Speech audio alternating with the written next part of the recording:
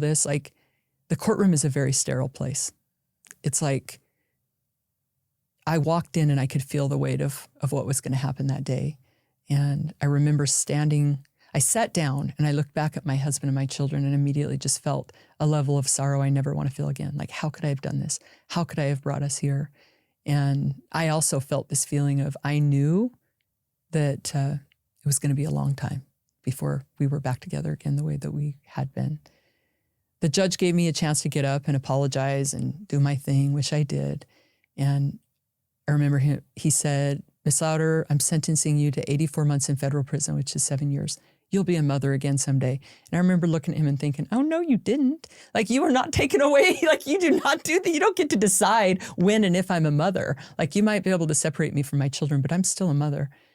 And I turned around and looked at Chad.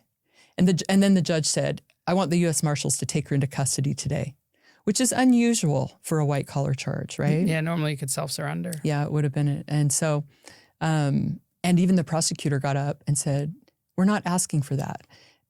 Like, we want to give her time, you know? And he's like, "No, I want the marshal." And my husband stood up. My lawyer's trying to argue with the judge. And he was crying. Our youngest daughter was 7 years old, and he handed her to Shelby, our oldest daughter. And he said, "Your Honor, please don't do that to her." He said, "Please give her time to say goodbye to our family. She's going to need that to get through this." And I remember looking back at Chad and I thought, oh, we're going to get through this together, honey. Like, we got this. And the judge said, "All right, I'll give her 8 weeks." And I thought, you were better than the lawyers I hired.